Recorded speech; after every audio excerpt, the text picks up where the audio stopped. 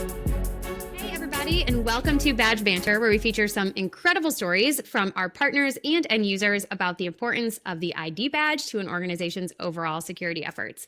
I'm Lindsay Martinez, the CEO of BadgeFast, and I'm super excited to introduce you to today's guest. Today, we've got David Kerr, the Assistant General Manager of the Mississippi Mud Monsters, with us. David, thank you so much for being here. Awesome. Thanks for having me. I've always wanted to say this, so I'll just say first time listener or long time listener, first time caller. Always wanted to say that. Well, perfect. I'm happy to have you as a guest, and I'm so excited because I like when we get to have unique guests on. I think we have a lot of people from the security industry as guests, and like this is cool to have a different vantage point. So to kick things off, because I just introduced the Mississippi Mud Monsters, and I guarantee a lot of people listening don't know who that is. So can you tell us a little bit about the Mud Monsters? Like, who are you guys, and what are you doing here in Mississippi? Yeah, absolutely. So we are a MLB Partner League baseball team. I don't think it's even obvious when you say Mud Monsters that it could be baseball. So we are effectively a minor league baseball team in Pearl, Mississippi, suburb of Jackson, really close to the Badge Pass headquarters. And what we do is that sounds boring. Like I don't need to tell you what we do. Like we make baseball happen, but we are also a hyper-focused organization on fan experience and people coming out and having a great time, whether they love baseball or not. We came here after the Mississippi Braves, the Atlanta Braves affiliate, was in the ballpark, Trustmark Park here in Pearl, Mississippi for 20 years, and they left. And so Central Mississippi thought it was not going to have a team. And luckily an owner, a team president, they got together. They invited me. I was their first ever employee, which is still very strange to say, to create a brand new team and experience. And then our goal is for everything we do to feel like it's local Mississippi and telling a story, because everyone loves Atlanta Braves, but 20 years of an Atlanta team in Mississippi, you don't have ownership of that. We're a catfish, a M logo that looks like it's dripping mud. Like we are 100% Mississippi, and that's what we're all about. I love that. And I remember meeting you and hearing about it and like your plans for it before Mississippi Mud Monsters like really took off. And I was excited even then. So now fast forward, and it's been like a year since you and I first sat down, and I feel like that brand has really taken off this year. So the name, the colors, the whole vibe of what y'all are doing from a Mud Monsters perspective, and I've been really impressed. So can you tell everybody a little bit about the inspiration behind that identity? Yeah, absolutely. So our identity is intended to scream Mississippi, and it needs to be super unique. It couldn't be anybody that follows sports. Almost everybody is a fan of the Tigers, or, like the same team names are reductive and used over and over again, and the same team colors are. I feel like almost everybody, if they look at their 5 favorite teams, have one that is navy and red. And so the first thing that we did is we created a list of names and looks that we could not consider, that we did not want to be repetitive of somebody else. And so we took those out. The second thing we did is said we absolutely will not be the color of anything else that's in Mississippi. I have plenty of fans that are Mississippi State fans, so their maroon is good. And I have friends that are Ole Miss fans, and their navy and red are great. But I didn't want to wear their colors.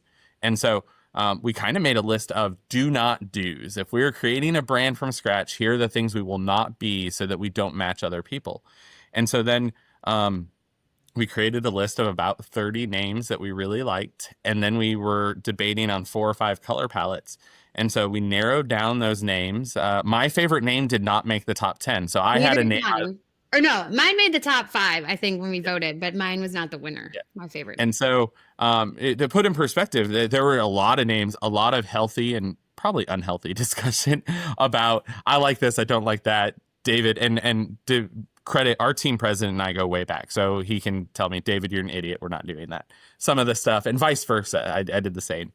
And so we narrowed it down to 3 names. The Mud Monsters, which is a catfish. Which, if you don't know about Mississippi, anybody listening, Mississippi is the catfish capital of the world. Like we export catfish everywhere, and you can't, anytime you drive through the Delta, you come across giant signs that say stuff like catfish capital of the world. So really, really important to our state. We did the Mississippi Soul Shakers. Jackson's the city of soul, and music is really deep here. And then Mississippi Grits, both. Term grit is really big in baseball, and like gritting your teeth and stuff, but I I learned this. I'm not a Southerner. I'm from Ohio originally, but the importance of grits to Mississippi culture and heritage and breakfast and every Waffle House visit um, is really important. And so we put it up for a fan vote and we let people decide. Mud Monsters was my favorite out of the three, but you get really nervous. You're like, this is what I want. This is what I'm planning for. But if people don't vote for it, then I'm not going to do it. We want to listen. This is Mississippi's team. And so the biggest, coolest part of it is that within 2 days, I knew it was going to win because it was at like 62, 63% pretty. And then the other two were splitting out the votes. And so fans voted for it. And then we got to a place where we were picking colors and it needed to be distinct. It needed to be only that here, and teal and aquamarine and then kind of using black as an undertone isn't used in Mississippi. But it felt like this would be a way, if you saw someone wearing teal, you knew they were a Mud Monsters fan, like immediately. And I think the best part of it is I went to a gala the other night, like wearing my tuxedo, teal tie, whole 9 yards, steering into it. And the number of formal dresses that were teal and aquamarine, like we didn't plan it, but those colors are in right now. So we are 100% like the hot colors. Look at you on brand. I know. I'm telling everyone it's because I started it. I started the teal trend, and now people are buying gorgeous dresses in Mud Monster colors. That's awesome. I love that. I think that, I mean, people think about their culture and their brand identity and what they're going to build. And so often I think you use things as examples of like, I love these. And then you end up copying it, and y'all like went the opposite route. You were like, don't do these things. Like, here's a list of everything we will not do. And that's great. I mean, that's like starting the opposite direction, and then you landed on something really unique and cool. And that's a cool way to go about it.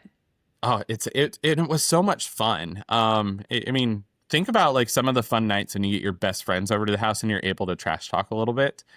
We're able to do that with every sports team ever and be like, what they did trash, in the fun way and not in the public way, not trashing anyone's work, but in that kind of goofy way of we want to do something different, and we want to stand out. And I think we do that really, really well. And I'm super proud of it.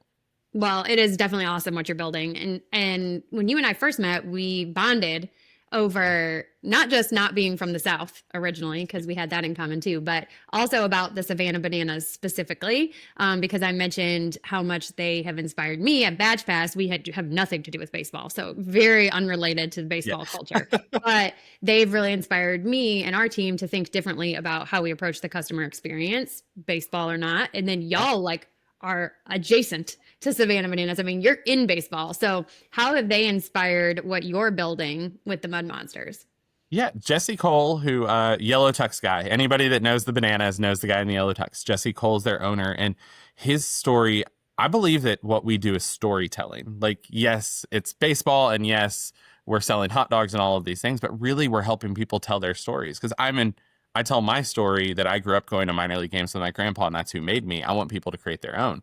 And Jesse is probably the foremost voice of that. You're not just creating a experience, you're creating a memory that is going to last far, far without it. And his story is crazy. Like he was managing a different collegiate wood bat team. He decided to take the risk and buy Savannah, which my sister lived in Savannah, so I've been to that ballpark a handful of times, even met Jesse there. It was not a nice ballpark. Like, it's a falling apart junk heap, one of the worst places. And Savannah is also a miserable feeling city, like heat wise. Makes Mississippi feel, and Savannah is a great city. Like, go visit it, but definitely go visit it in like November when it's cold. And so the idea of going outside in a junky ballpark, and Jesse saw a vision. Like, he spent everything. They sold their house. They lived on an air mattress. Like, I think that's the thing that I take most away from it is like it requires that sort of personal investment to do something. And then you have to not worry about what people say. Savannah Bananas, and I'm going to quote David Kerr Facebook circa 2014 when he started, is that's the dumbest name I've ever heard, but I'm excited to see the yellow jerseys. And so, like, that's me. Like, I believe in creativity. I believe in being silly. And I still was like, did they take any time, or did they just find the first rhyming word they could? And he had a vision to see past the detractors and to continue, like, pushing, pushing, pushing. And he didn't, they didn't have people show up immediately. It took them showing that they could have fun and whatnot. And so for me, the big thing is that customer forward, that very like, you put the customer first, their fans first entertainment. Like you put your fans first, you tell a great story, and you have to turn off the noise. Not everyone's going to believe in what you're doing until they do it themselves, till they experience it. And I actually told Jesse this. We had a conversation not too long ago. I said, I don't want to be the bananas. I want you to do what you're doing, and it's super fun, and I'm going to get in the lottery and buy tickets. But there's still a heart of baseball, like the game itself originally, that I think we do really well. So I want to take all of the good stuff from them, and I want to steal, and I want them to look at us, and then I want to add in real baseball. I want you to be able to score keep during the game, and I want you to be able to follow along that way. So it's Jesse and Savannah Bananas have turned an eye back toward our sport, and I just want to be, I want our team to be that well recognized, of course, but I want it to be different. I want people to say, not just, hey, this is what baseball can be, but this is why I came to Pearl, Mississippi. And I said, my goal is for at least one person to hop on a plane next year and come here because they want to see what we're doing. Like they're not coming here. Yeah. Their goal's they're not coming to Mississippi for a conference. They're not coming to meet you, although hopefully they're coming to buy badges from you. But that they come specifically because they have to see what a Mud Monsters game is, because the story's too crazy to believe. No, I love that. And, you really touched on kind of the core of like Jesse Cole and the Savannah Bananas. And I mean, to me, it's, when you create an unbelievable customer experience, people keep coming back. But I think that baseball aside, so like clearly a lot of what he's doing translates well to y'all, but that messaging translates to every industry. And I think that's why it resonates with me too. So create an unbelievable customer experience and tell a great story. Whether you're telling a great story around something that happened in a baseball game, or you're creating a memory for someone, or you're telling a great story around how you're using a badge to foster greater feeling of connectedness and recognition within an organization, you're building something. And I think that story transcends whatever industry you're working in.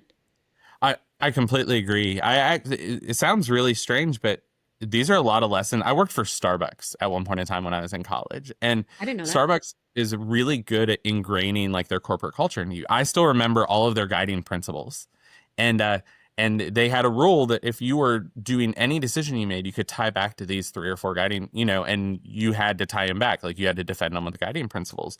And so you could do stuff that was outside the norm because you had a basis. And that's what Jesse does, that every corporation, like baseball is real easy for me, right? I can see it, but everyone can say, hey, put your customers first, make sure that the experience is different, it's unique, make sure that it's friendly. But then I think the biggest lesson any business can take is profitability is important to Jesse. And obviously he's making a ton of money now, but he makes sure that profitability is not the thing he's talking about.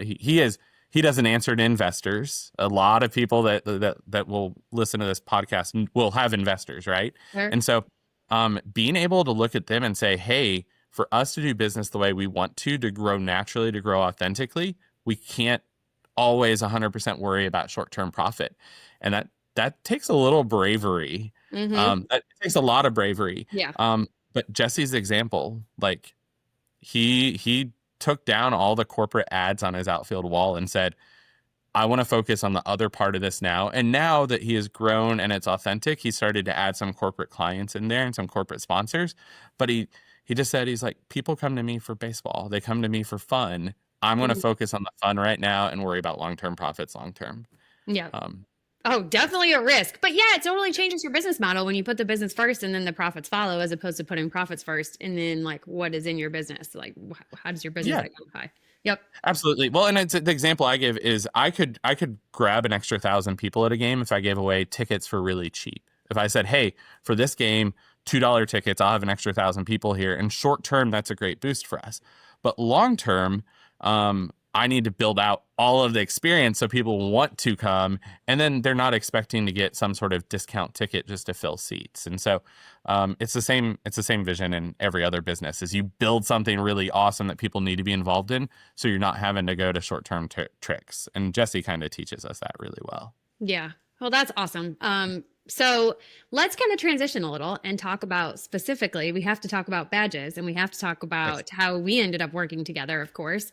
But let's talk about the Little Monsters Club. So this was a really cool project you came up with last fall, and it gave us, Badge Pass and the Mud Monsters, an opportunity to work together at the ballpark. Can you tell us a little bit about that and why you wanted to work with us on that project? Yeah, there's it. So actually that whole like concept and kind of wanting to get to know you, like our introduction came from a post you made on LinkedIn a year or 2 years ago. I'd be lying if I told you when, but it was Halloween and your kids were dressed in costumes and they had a badge with their name on it that made it authentic. And I can't even remember if it was a firefighter or a nurse or what it was, but Mm-hmm. it just it immediately clicked. I was like, that's the best costume I've seen because of that little badge. And then you get thinking like these kids are really proud to wear their name and have their picture and show off like this is mine. I get ownership of this. And so that made me want to I can't lie, like I don't think about badges daily up until then. Like that is not part of my daily Sure. I like the connection at best to your company would have been really tenuous for me. Like I wouldn't have had an in. And then I saw this post, and luckily someone I was following was following you. They liked it. It clicked. I was like, this is amazing. And so we wanted to bring that same sort of joy that you shared on Halloween. And I have access to thousands of kids. Yep. So it was, here's a chance for us to do a couple of things that are really important to me. Is number one, we're going to give kids a great experience. They're going to pick up a badge. We're going to take their picture. They're going to watch it come off the printer even. They have a lanyard. They'll wear it every Sunday. Um, and number two, uh, I want to tell Mississippi's story. And that includes the people that choose to run their business here. And that's what you guys do. Like you guys are headquartered, domiciled, whatever word you want to use, right here in the Tri-County area of Central Mississippi. Like you're our neighbors. And you're in a business that I think for people that don't know, it sounds really niche. They don't realize how many places you touch. At first glance, they wouldn't realize like, oh, wow, they do a lot. Sure. And so for me, it was like, we're going to create this great experience for kids. And then we're going to be able to partner with somebody that employs our neighbors, that is our neighbors, that's doing this great work, and they're doing it nationally. So Badge Pass exists across all corners of our nation. Anyone that doesn't know this, just follow Lindsay. You will see the time she's on plane, which is unbelievable. And we get to tell that story. And so now there are kids wearing something that has Badge Pass on it, whose parents, get to hear the story on Sundays. But also when you find that in your drawer, you're like, wait, what is Badge Pass? And they look up and they realize this is something in our backyard. So telling that story is really great. Like there's no better word for it. Like it's just epic to me. No, I love that. And I do love that you found me from a LinkedIn post about my children's Halloween costume. I'm pretty Yeah. sure it was so last year my son was a police officer and I was Scotty Scheffler and he was arresting me because there was a PJ scandal. And so but he to this day my kids wear a badge for every dress up occasion at school, and of course that's what I do, but the word that you used was joy. And I think that that's interesting because it parallels kids. When you give them a badge, like they feel an immediate sense of belonging and like, this is Yeah. mine and this is so cool. And when we do take your kids to work day here and give them all a badge every year, I mean, like they collect those and will wear them. Like my daughter will bust hers out before she comes to the office so she can wear her Badge Pass badge to visit. And like they love it. And, you think about it as you grow up, you lose a little bit of that, like your badge loses some of that luster, but it still has that same like connection piece. Maybe the joy isn't quite as pure as Yeah. when you're 7 or 3 or whatever. But you still see it as a piece of belonging and part of your identity and being a part of something. And so the fact that you saw that and then you were like, I can translate this to kids coming to a baseball game is so cool to me. It's so, and like I think back, and I've had too many jobs. Like we could discuss all of the different, but I worked in a call center for a telecom company. Doesn't exist anymore, for Sprint. And so I ran a 500-person call center. And I keep going back to thinking about, we had access badges and everything's tied down. There's so much financial information. And like what the difference would have been for me having something with our logo and my picture on it versus just we had white cards that passed around. If you lost it, you paid for it, whatever. And just thinking like, I was in this giant organization and I was a number, literally a number on my pass. And so like, the more like I listen to your story and I dig into it, I go, there are so many places in my life where something as simple as putting my name on it would have given me ownership and a place of belonging that I didn't have. There's a reason I don't work in call centers anymore. Um, and those little touches, and people don't talk about that enough. It's the little things that really, really matter. The big Hmm. things are easy to get right, but Yep. those little details completely change an environment. I love that so much. You are literally just speaking my language and all the things that we're trying to create here. I mean, when I think about the security industry, you talked about your blank white badge. That is designed to keep people out. Yeah, Right? Like that's to keep the wrong people out of a building. When you think about access control, and for too long, that's been the messaging yeah, in the security industry is keeping bad people out. And you're an employee there, and instead of seeing it as like this feeling of inclusion and belonging and keeping me in and connected to my team members, that's a huge missed opportunity of that organization to leverage a tool they already have and just make yeah. it better. So thank you for making that point. I didn't even ask you to. But that's No, it sounds like I said, it makes no sense. Like us connecting about badges at first glance, I'm the last person that should. I'm a baseball stadium that employs, 12 people. Like it sounds like I shouldn't have. And it's why I watch this podcast. It's why I follow you a lot. Um, it sounds to people at first, it sounds really small, but if they really think about it, if they really put pen to paper, they can see like it's a little detail that changes stuff. For us, it changed our Sundays. Like kids come out and that's their day. Like they got to own it. They felt really important. They're walking around with their badge. Everyone's noticing it. And then my favorite thing is they go to like check out. They're buying a hot dog with their mom and they're like, "Oh, here you go, Sally. Here you go, Jonathan. Here you go." Like it's an instant recognition and it's warm. yeah. And the warmth doesn't exist in corporate America, and you guys provide that. And that sounds really strange because we're talking about a badge, but that is like at its core what you guys do. I love that so much. Well, thank you for getting what we do so perfectly. Yeah. So I want to give you an opportunity to talk a little bit about how you're taking the Little Monsters concept and bringing it back to life for seasonal badges. So y'all are doing something called the Southern Lights experience at the ballpark. And I think you need to be able to tell us a little bit more about that because I think this is really cool. And you guys are essentially like reimagining the ballpark for the holiday season. Yeah, yeah. So we have, for people that have never been to this ballpark, it has 6,300 fixed seats. It is exactly the same dimensions as Turner Field in Atlanta used to be. When it was designed to be exactly the same. So it is massive. And so for our season, it was 48 games last season. So we're using it for 48 out of 365 days. And then we add in additional walks, like the American Cancer Society Strides Walk was here 2 weekends ago. They raised $600,000 here. So we use it a little, but we still have all this space. And we're in Mississippi where you can do things year round. I'm not worried about snow like closing us down for days or anything. And so credit to our owner. He put a multi-million-dollar investment together here. It's all private. None of it comes from the city. This is all 100% on our shoulders to bring 2.5 million lights, an ice skating rink of real ice, which I did not believe was possible here, but they went and toured one in Arizona. So if it worked in Arizona, it's going to work Can here. work here, yeah. Um, and then we're going to add fire pits, like gas fire pits that you can rent for your family, but also giant fire pits that you can make s'mores on. And effectively, to me, it is kind of like bringing a Hallmark movie to life that you'll be able to pick any, hey, I'm going to go spend 3 or 4 hours here. We're going to walk around. We're going to see these Christmas lights. They have moving light shows. We have a giant Christmas tree right at second base. You can go on the field. That we're creating an experience that everyone can kind of, like the end of any good Hallmark movie where the love interest meet up in the town square, that we're creating that town square inside the ballpark. And so just super excited about it. If there's one thing I love as much as baseball, it's Christmas. And so it's like speaking to my heart every which way around right now. I love it too. And And I'm excited because you reached out and you were like, hey, we did this badge design for Little Monsters. I'd really like to modify this and give our staff members something they can wear during the holidays where people will identify them as like part of the Southern Lights experience as opposed to, the Mud Monsters. Granted, you're still at the ballpark, but it is yeah. different. It's a different vibe. And my favorite was it was your idea to add the touch of putting everybody's favorite Christmas song on their badge.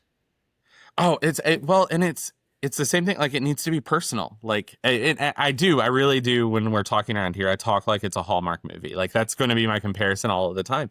And in Hallmark movies, when you're in the downtown square, everyone already knows everybody. Mm-hmm. And so I was like, I want us to get that sense. So like, we put our name on there, we put, favorite Christmas song. So it's a conversation starter, but also it's cold. And so this is like a natural fix for something you wouldn't think of as an issue. So for our games, you can wear your logos, you wear your hat, the whole 9 yards, and you're instantly recognizable as an employee here because you're wearing your polo shirt. Well, if I gave everyone t-shirts or polo shirts, they're going to wear a jacket over it. Like, this is the evening in December. Yeah. And so it was, let us create something that's instantly recognizable, but also provides that layer of now you know who they are, at least a little bit. It gives you an intro. And I've enjoyed just watching my staff because I'm starting to put them together. So they're sending me their list of favorite Christmas songs. And I actually think that if somebody knew my staff and I gave them just a list of Christmas songs, they could pick out who gave each song. Like, it tells you so much about somebody. That's so funny. Now we have to know, what's your favorite Christmas song? I'm actually debating between two, and they are so drastically different. So my favorite Christmas song I used to tell everyone is Christmas Is A-Coming by Bing Crosby. Because it's so silly. It's a happy man outside of his window that's begging. And he's like, well, if you don't have that, I'll take less. If you don't have that, I'll take that. And he even asks he's like, hey, do you have a dog I can have? Well, if you don't have a dog, I'll take a cat. Like, it's ridiculous and 1950s and happy. But 2 or 3 years ago, I discovered Lil Jon made All I Want for Christmas with the Kool-Aid Man. I did not know this. I'm going to find this song immediately. And there's a line that is like, all I really want for Christmas is everything on my list, yeah. And then he goes, no eggnog, Kool-Aid, oh yeah. And it just gets stuck in my head. And I mean, Lil Jon gets stuck in your head. But so both those songs tell you something different about me. Like, it's either old, obscure Bing Crosby, or it's Lil Jon and the Kool-Aid Man. And I fit somewhere in between those two. You're both. You're both of those things. I think that's great. You're all of them put together in a Hallmark movie. Yeah. I think that perfectly encapsulates you. So I love that. Well, I'm excited to check it out. If for everybody who's local, I think you got to check out the Southern Lights. I can't wait to see it. When does it start? So it starts the 21st of November, and it'll run all the way through January 4th. We will be open. It's open in the evening, so 5 to 9 during the week, 5 to 10 on weekends. And we will be open Thanksgiving night and Christmas night. So, if you're like me, my family always gets together. We play board games. We do something silly. We're always looking for something to do after the holiday dinner, and everyone's just bloated sitting around. So you can come walk out and make some s'mores and all that jazz too. That's awesome. Well, I'm excited for y'all. I can't wait to check it out. It's going to be amazing. And thank you so much for sharing like so many cool stories about the Mud Monsters and hopefully educating some people on them, and also talking a little bit about badges and the impact that they've made on your organization. I really appreciate that. Yeah, thank you for having me. I could talk this all day. You know this, but like I would gladly talk this all day. But thanks for sharing this, and thanks for doing this podcast. I learn a lot about things I don't know, but you have so many different people across security industry and other industries that like I take lessons away from that I never would have had a reason to listen to before. So thank you. Oh, well, thank you. That's so sweet of you to say. But before we wrap, I have to hit you with Badge Blitz because it's my favorite segment. And for some reason, I just anticipate that your answers are going to be really fun for this one. So the way that it works is we have old school 1 minute stopwatch. I will start it and then I will ask you a question. You have not prepped for these. I did not send them to you. And you will just tell me off the cuff the first answer that comes to your head. Awesome. All right, you ready? I'm ready. Yeah. What is a game day ritual that you never skip? I require myself, if we're playing baseball, I wear shorts. Required to wear shorts. It doesn't matter if it is 10 degrees or anything. I worked in Chicago and wore shorts in 30-degree weather for baseball because baseball means shorts. Okay. All right. What is your go-to pump-up song before the first pitch? The Man by the Killers. Which is funny because it says I'm the man, but it's actually making fun of people that say that, but it still gets me hyped. If you could design the ultimate Mud Monsters fan badge, what perks would it include? So I would want it to have access to the field so that you can be on the field during batting practice. I think that it would be an all-you-can-eat badge, so you never once have to think about food at the ballpark. And then I think it would give you the capability to come take batting practice by yourself. Come pretend you're a player for a hot minute. Oh, that'd be cool. All right, what is one word to describe the spirit of the Mud Monsters? Wacky. I love that. That's awesome. Well, that was perfect. You were fantastic. Thank you so much for joining me, David. It was so fun. It was like such a breath of fresh air to have a different outsider's perspective on what we do. And so I can't thank you enough. You're just so much fun to talk to. Every time I get a chance to connect with you, it brings me joy. Awesome. Thank you so much. I appreciate you. And I'll be following you on LinkedIn. If anybody sees this and they're not following you, they just need to. Like, I'll say that. I will put that out there. That's an ad for Lindsay. Go follow Lindsay like right now. Oh, well, you're too sweet. Well, thank you so much. And to everybody else, we hope you'll join us next time as we take you beyond the badge.